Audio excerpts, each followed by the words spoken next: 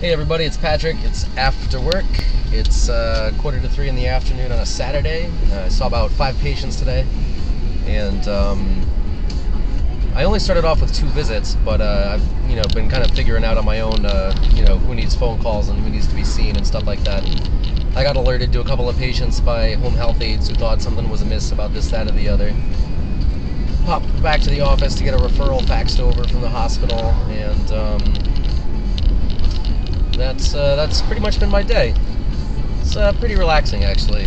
I kind of like working the weekends, and I just found out in a couple of weeks I'll probably be working Monday through Friday, and then have the weekends off, and have a caseload all to myself, which is actually really exciting because a lot of the stuff that I'm splitting with one other nurse I'll be doing all myself. And coming to the interdisciplinary team meetings, which I'm actually excited about. A lot of people kind of roll their eyes, but I enjoy the sitting around a table and going through the census patient by patient and figuring out what's what, while we have all the other disciplines in the room together. All the social workers and the clergy and the pharmacist and the doctor and all those other people, and we can kind of put our heads together and figure out what's going on. I think it's something that'll be really important for my process. I've been getting along without it so far, mostly by just communicating to supervisors and attending physicians. But it'll be neat to have like a 9 to 5 Monday through Friday. I hated the idea when I was younger, but I'm definitely looking forward to it now. I think my health insurance benefits have kicked in, so I'm all set for my MD appointment on Halloween, so that should be fun. The way it is now, case sharing, I mean, now that I've gotten used to working the weekends and actually like finding some value and benefit in it, now I'm going to switch again. That's okay, I don't mind. I mean, the weekends are kind of a nice a break, because I'll do two days on my caseload on Thursday and Friday, and then Saturday and Sunday I'll be seeing different people and doing random stuff, but still also following up on the people on my caseload, And I gotta let them know ahead of time who I plan on seeing so they can staff appropriately, so nobody has too many visits. So it was me and 2 other nurses today, and one nurse took the admissions, one nurse took like 4 visits, and 2 of them were really like fast, and then I only started off with 2 visits, but as the day went on, other things came up, and I took the call, from the answering service. I took the phone calls and stuff. So, we all chipped in, worked as a team, got our stuff done. It was a good deal. I'm gonna have to call my supervisor in a minute, and the weekend supervisor, and kind of get her up to speed on everything I did today. Because when she's not there, we all send our own email reports to clinical staff, and I guess there have been complaints about how many words we use or something. We type too many words. Too many words. The volunteer department or the social workers apparently don't care about pharmacology or pulse pressures or, changes in highly technical medical things. That's okay. I guess it makes sense to target the information just to the people who need it. It's an evolving process. I got some really good advice from the weekend supervisor today on how to deal with people who aren't coping very well. That's always a challenge, and I'm lucky to have people who give me such great advice. I really feel like after I talked everything over with the weekend supervisor, as a result of that, I think a lot of things today turned out better than they would have if I had not had that conversation with her. So yeah, that's something to be thankful for. And I work with some really great people. I tell that to anybody interested in applying, or to people that I know in the profession who've come to apply since I started working there, that really one of the greatest benefits is the amazing nurses, and social workers and nurses' aides. But as a nurse, my professional role models are other nurses, and the other nurses that I work with are pretty phenomenal, know a lot of stuff. So what else is new? I got 1 week left of history, of my bullshit hundreds level history class. I think last night I wrote like a 300-word essay on the Great Chain of Being, which was not very fun, but it didn't take very long, so that's okay.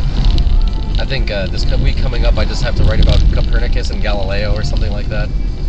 I just got done reading Neil Stephenson's Quicksilver, which is the first book in the Baroque cycle, and it's kind of like historical fiction set in the time of like Isaac Newton and stuff like that, and you know, the Black Death and Syphilis and all that stuff. It was a lot harder for me to get through than Anathem, but I do tend to favor speculative fiction over historical fiction. But it was still a very interesting book. I'm gonna try to grab the other two in the series. I hadn't been reading physical hard copy books for a long time. That Borders sale really got me back into it. Ooh, the Border. I wonder.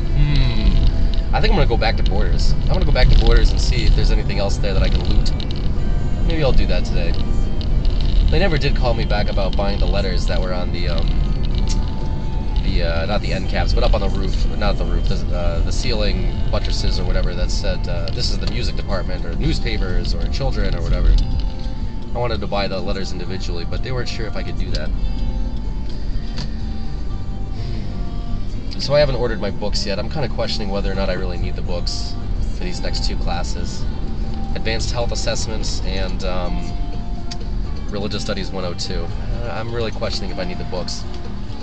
I'll probably buy the nursing textbook just to have it. But you know, that nursing class, I'm going to have to send videos of me doing assessment techniques, so I'm going to have a lot of good supplemental video fodder for this podcast. And I need a tuning fork, an otoscope, and an ophthalmoscope. And those were things that I bought my first year as a nursing student and I never used, and I just stuck them in a bag and they just like went somewhere. So I'm going to have to find those. I never once used them, but I do own them, and I don't want to have to buy another diagnostic kit. That would really annoy me if I had to buy another diagnostic kit, because I would only get the nice ones and they're expensive. Although, you know, now that I'm doing home care, maybe I should have an otoscope and an ophthalmoscope, and maybe I should use them.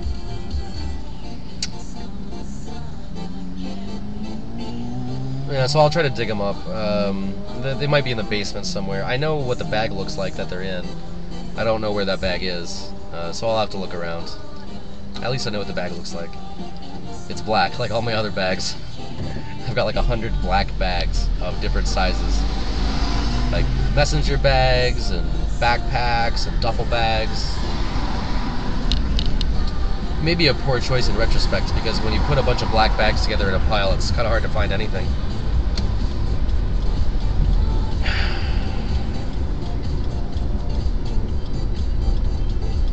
So I want to give a big shout out to Robin Davis, who told me at the bar last night that she's stalking me through this podcast, and so I just want to give a shout out to Robin and say thanks for stalking. More people need to do it, and I appreciate it. I wonder what I'll find at Borders today. I found this really fun nursing study book called Clinical Pearls.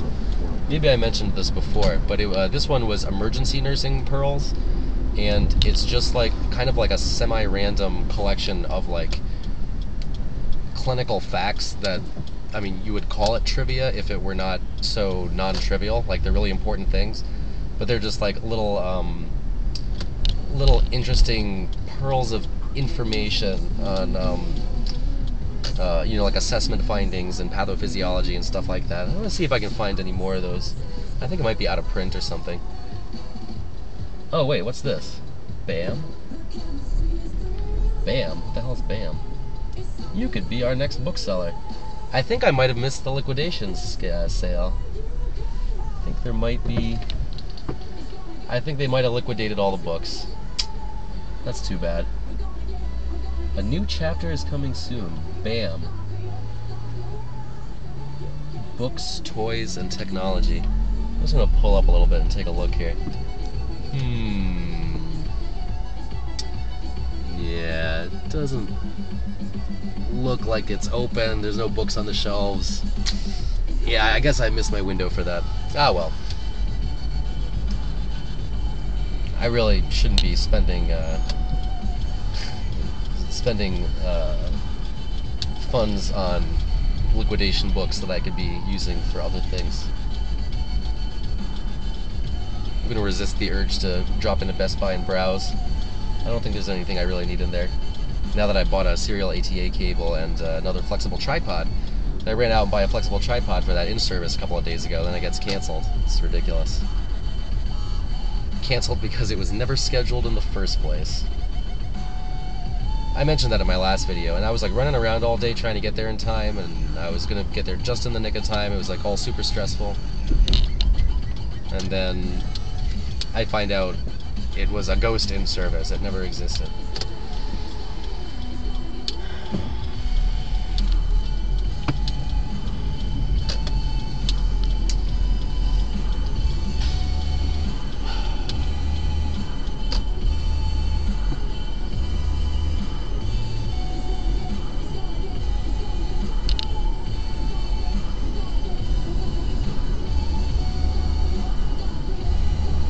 It's gonna be weird having weekends off again. I don't know what I'm even gonna do with myself on the weekends. I could like go on day trips or something. There's nowhere I'd want to go though. I mean, I could go anywhere, but why?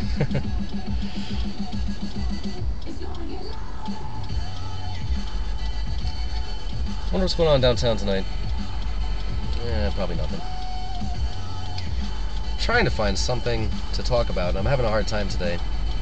I have to remember to research more jokes.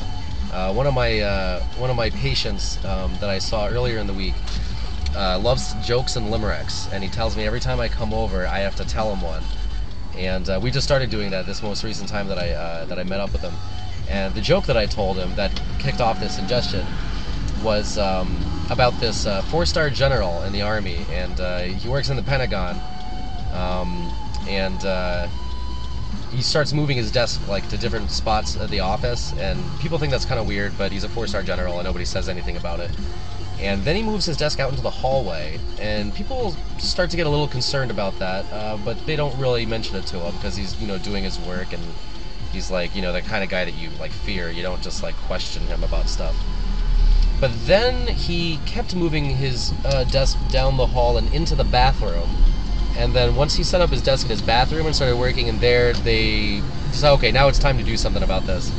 So they appoint a committee to, you know, do research and make findings and suggest a course of action, and they recommend sending a Army psychologist into the bathroom to talk to this 4-star general. So this Army psychologist goes into the bathroom and he says, "Excuse me, sir, would you mind telling me why you've moved your desk into the bathroom?" And the general puts down his pen and he says, "Well, no, not at all. You see, this is the only room in the building where people know what they want to do it, and then get the hell out." And this old grizzled Marine veteran thought that was pretty funny. And then he went on to explain to me in detail the best ways to kill a man with a bayonet. He went through the whole bayonet drill, like do with the arm motions and stuff, and he was explaining to me exactly how to do it. The most efficient way to kill a man with a bayonet. So one of the things I was thinking about was, you know, getting some like friendly visitors for him, because this guy's homebound, and you know, usually what we do when we have friendly visitors come by, they're volunteers that are trained to, you know, come and hang out and just spend time with people outside of a caregiving role, which is really important. So I called the, we try to match them up with volunteers of the same branch of the service. Like we'll send Army guys to Army guys and Navy guys to Navy guys and so on and so forth. But when I talked to the volunteer office, they said they had no volunteers who were veterans of the Marines, which was something I did not foresee. We've got every other branch of the service represented, just not the Marines. So I did a little research and kind of Googled around a little bit, and I found this organization called the Marine Corps League, which is like a national support network for retired Marines, made up of retired Marines as well. So I called the national office, and they told me to call the state detachment in our state, and I sent an email to the guy from the state detachment, and they said to call the local detachment. It's obviously a model of military efficiency that they got going here. So unfortunately, I was not able to contact the local detachment because I'm not allowed to give them any info. about the patient because of privacy laws and things like that. So I got all of the contact info, what I thought was the final contact info, and I passed it along to the patient's spouse so they could follow up on it on their own. So I hope that works out for them. It's nice to know that there are those kinds of resources in the community for meeting unmet needs. And I was just having a really interesting conversation with our HR director, who's a very interesting woman. She has a degree in HR law.